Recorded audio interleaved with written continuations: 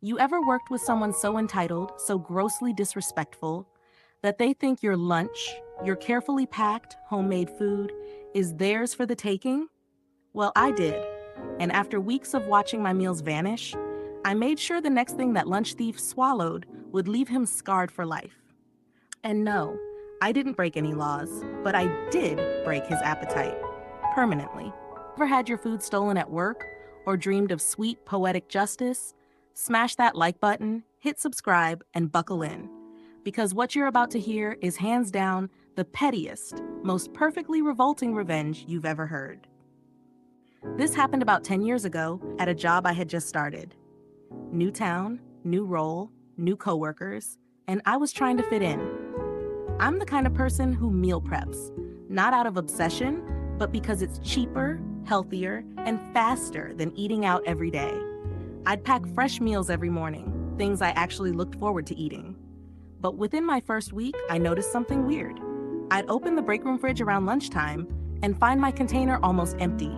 Sometimes totally scraped clean, but left behind like a twisted calling card. It didn't happen every day, just often enough to keep me guessing. Twice a week, random days, no pattern. But every time there it was, my food, gone. At first, I thought I was losing my mind. I even started double-checking the container every morning before I left home. Full, always full. And yet, by noon, empty. Someone was stealing my lunch. Eventually, I asked around quietly, "Hey, anyone else had food go missing?" I figured maybe it was a one-off, until I saw the eye roll from one of the senior employees. "Oh," they said, "that's probably Doug." Doug. Let me tell you about Doug. Doug had been at the company for years, entitled, loud, misogynistic in that smug, jokey way that makes your skin crawl. You know the type, makes jokes about women being too emotional for management, about how HR is too sensitive, but thinks he's being funny. He was infamous for stealing food, apparently. Everyone just tolerated it. Management wouldn't do anything. Not enough proof, they said. Let's not start office drama. Well, guess what, Doug? I've got time. And I'm petty. I wasn't going to report him again. That never worked. I wasn't going to confront him directly. He'd just gaslight me, or worse, laugh it off in front of everyone. No, I needed something creative, psychological, something that would make him rethink every meal he touched for the rest of his life. So I started laying the groundwork.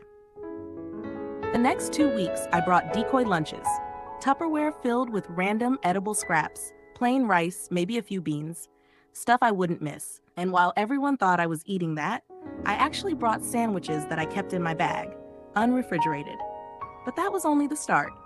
I began casually talking to everyone about a new wellness method I was trying, something natural and ancestral and deeply connected to feminine power. I said I had started collecting my menstrual blood and cooking with it. Yep, you read that right. I said I was adding it to meals for the iron and rebalancing hormones. I even made it sound spiritual. I talked about how much energy it gave me. I said I felt more connected to the earth, to my womanhood. And yes, I said it in front of Doug, several times, loudly, at lunch. One day, I pulled out my phone and played a video, a totally fake one I made myself, where I appeared to empty a menstrual cup into a pot of soup, stirring slowly, smiling. People were horrified. But I kept a straight face. Doug? Doug turned green.